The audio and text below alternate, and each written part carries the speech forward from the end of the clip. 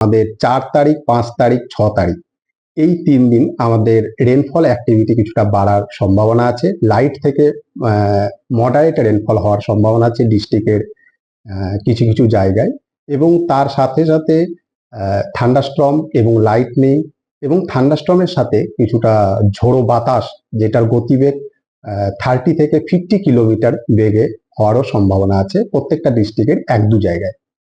এবং তারপর 7-8 তারিখ আবার রেনফল অ্যাক্টিভিটি কিছুটা কম হতে পারে। তার জন্য প্রত্যেকটা ডিস্ট্রিক্টের 1-2 জায়গায় লাইট রেনের সম্ভাবনা দেওয়া আছে।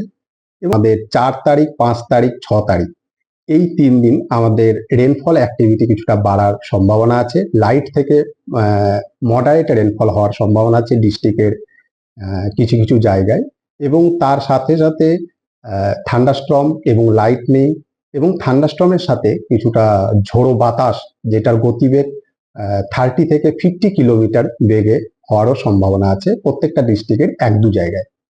এবং তারপর 7-8 তারিখ আবার রেনফল অ্যাক্টিভিটি কিছুটা কম হতে পারে। তার জন্য প্রত্যেকটা ডিস্ট্রিক্টের 1-2 জায়গায় লাইট রেনের সম্ভাবনা দেওয়া আছে।